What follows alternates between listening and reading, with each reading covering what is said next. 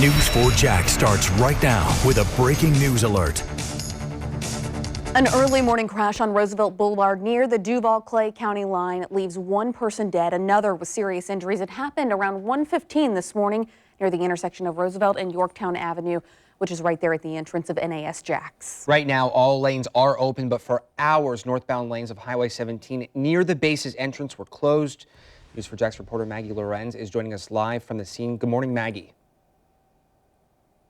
Good morning, Zach, Ashley. Yes, all traffic is flowing normally again, but when we first got here about 5:30 this morning, all of the northbound lanes on Roosevelt Boulevard, starting at the entrance to the base, had been closed down, and an officer that was out here at the time told me they'd been closed since about 3 o'clock this morning. But the scene, it has been cleared within the last hour. This is some video we took when we first got out here. According to FHP, the driver of a Toyota Scion TC was heading south on Roosevelt and for some unknown reason crossed over the center concrete median to the other side of the highway into oncoming northbound traffic. That Scion collided head-on with a Ford SUV heading north, causing both vehicles to flip over. The driver of the Ford SUV died in the crash. FHP says that man was 55 years old and from Jacksonville. The driver of the Scion, a 21-year-old man also from Jacksonville, was taken to Orange Park Medical Center with serious injuries. Again, if you were out in this area early this morning, all of the northbound traffic was closed down, being diverted into one of the southbound lanes, but within the last hour, the scene has been cleared and traffic is back open. FHP continues to investigate this deadly crash. Reporting live this morning near NAS Jax, Maggie Lorenz, Channel 4, the local station. And breaking overnight, a minor is in the hospital after getting shot in the leg. It happened just after 10 last night in the area of Flag Street and Kings Road. Once police arrived, they found the boy suffering from a non-life-threatening gunshot wound. Investigators say he was walking in the area when the suspect approached him and shot him. The suspect was wearing a red, white, and blue jacket. Police say he ran away from the scene. And also breaking this morning, police looking for a man who was involved in an Amber Alert just before 4 a.m. We got word that Amber Alert had been canceled. Just after midnight, JSO told us Patrick Felton got into an altercation with the mother of a 13-year-old child. Felton dropped her off at Baptist North Medical Campus around 8, but he did not let the boy leave the vehicle. He drove off, and the boy's mother demanded Felton bring him back. Felton hung up the phone and ignored further calls. Police discovered the vehicle he was driving on Red Pole Avenue. The boy was eventually found, but police are still looking for Felton. And we're following more breaking news in Indianapolis. Right now, police searching for a suspect after 6 people were shot in the downtown area. 2 of the victims are in critical condition. The age of the victims range from teenagers to adults. A motive for the shooting is not yet known at this time. And News 4 Jax will continue to track the latest details from these breaking stories. You can always get the newest updates when we are not on air. All you have to do is visit our website, news4jax.com, and download our news app.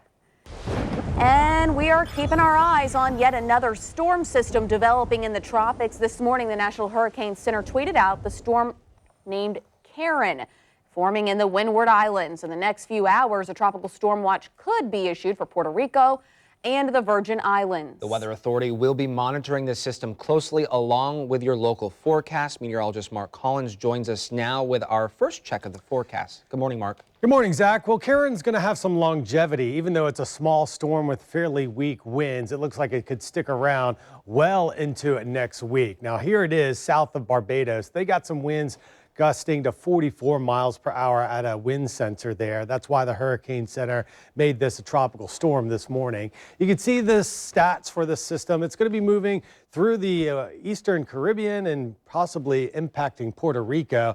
Now, don't get this confused with Jerry. The 2 storms are very similar in track, and in fact, Karen's going to pass right over Jerry. Here you see the wind speeds on the weak side of a tropical storm until it gets around the Puerto Rico area where it could strengthen up to 60-mile-per-hour winds.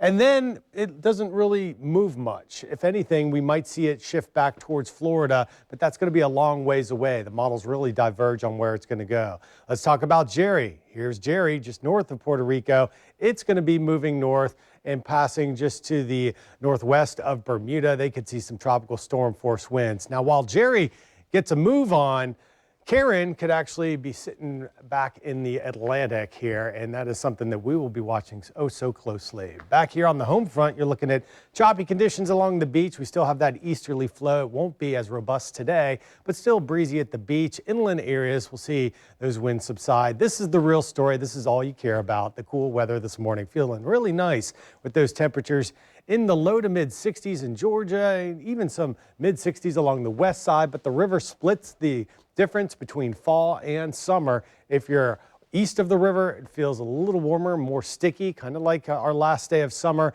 but yet you're getting a day start to your fall temperatures over those inland zones. Calm winds in the inland areas. Afternoon highs will top out around 87 degrees with an east to northeast breeze at 12 miles per hour. Taking you further into the forecast when I see you in just a bit.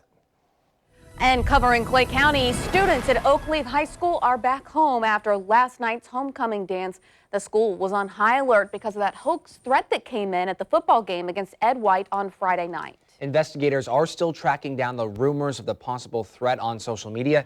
News4JAX reporter Kelly Wiley has more on the factors that contributed to the chaos as students ran for their lives. Screams of cheer turned to screams of panic 2 quarters into the homecoming game at Oakleaf High School. And everyone started crying, panicking because their family members and friends were in the bleachers and they were just freaking out because they thought there was a shooter. And we got out of there as quickly as possible because we didn't really know exactly what was going on, and then we had heard that there was someone who was armed. Investigators say, in fact, they found no active shooter and no gun on the campus. But they did see multiple students run towards the gate, triggering the chaos. Someone yelled shooter, and everyone was like saying run, and we ran in the building, in the school building. According to police, threats of a shooting were posted on a Facebook Live video earlier Friday night, triggering more police presence at the football game. We were all there, we were having a good time, and rumor has it that somebody was gonna do something crazy. Police are now actively investigating the hoax and the video posted to Facebook as a crime. Tonight is just to a part where as a community we have to get better. In a sense where we think that, causing disorder and causing disruption is amusing, and it is not. We get to a point where families and friends cannot come to a game to celebrate, a life loss, and at the same time watch their loved ones and their family members play in a competitive game. There were a lot of questions about people calling 911. I was out there yesterday talking with folks. Investigators told us those calls came in after people started running. Some people did report getting minor injuries from the mad dash out of the stadium. So far, no word from police on any arrests in this case.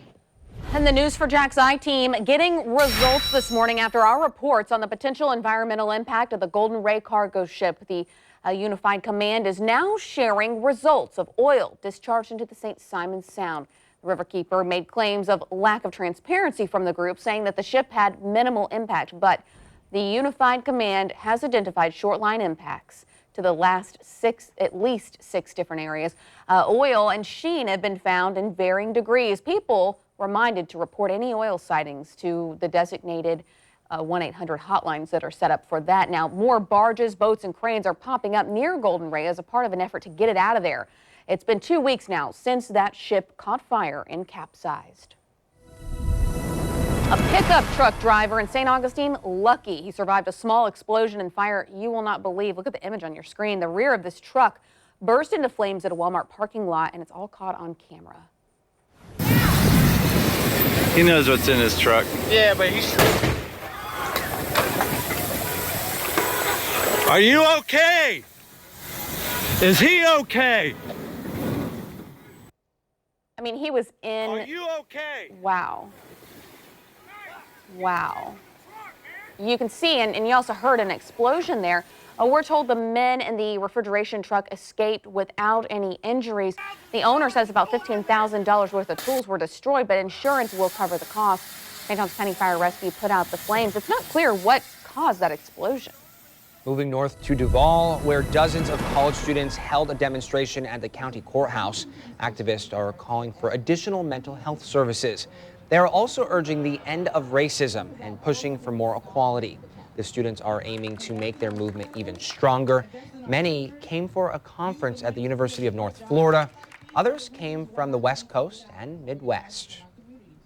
Recognizing prisoners of war and troops missing in action, veterans councils across Northeast Florida held a big event at Chapel of High Speed Pass. It marks the second year of gathering in the Pines. All proceeds benefit the National POW and MIA Memorial and Museum at Cecil Field. Florida Senators Marco Rubio, Rick Scott now proposing legislation following Canadian citizens to spend up to 8 months a year vacationing in the U.S. Now, that's 2 months longer than they are allowed to stay now. It only applies to Canadians over the age of 50. Rubio and Scott say if passed the Canadian Snowbirds Act, it would give Florida's tourism the industry quite a boost there if they allow that. And in national world news now, a 5.6 earthquake hit the central coast of Albania. The quake only lasted a few seconds, but the tremors were extremely powerful. Look at that car. About 37 people got hurt. No reports on any deaths, thankfully. Several buildings suffered some structural damage, though, and as you can see, messed up a lot of vehicles there. Yeah, the facade of those buildings came right off. Well, 2 men are dead and 9 others are hurt after gunfire erupted at a nightclub in South Carolina. It happened at the Old School Sports Bar and Grill early Saturday morning. 4 people had to be airlifted to the hospital. Investigators have identified a person of interest, but no one is in custody at this time. Authorities believe the apparent shooter was in an argument with one of the men who was killed. They say most of the victims were in the wrong place at the wrong time. And the White House is discussing moving more money from the Pentagon's budget to the construction of the president's border wall project. That's according to a U.S. official familiar with the situation. It comes after the Trump administration's decision to move nearly $4 billion worth of military construction funds. The Interior Department also says it plans to transfer 560 acres on the southern border to the Army, which will help with deployment. One of the most controversial aircrafts is under construction, but we could soon be seeing it back in the skies pretty soon. The timeline for the Boeing 737 MAX getting off the ground, that's coming up in the morning show. And we are taking a live look from our South Bank sky camera. Beautiful start to your day. Feels pretty good out there right now in the 70s, but it is going to warm up from here. Mark Collins will have more on your Sunday forecast coming up. But first, millions of elderly people are socially isolated, and it's having an impact on their well-being. The ways that they can stay connected as they get older, that is coming up after the break.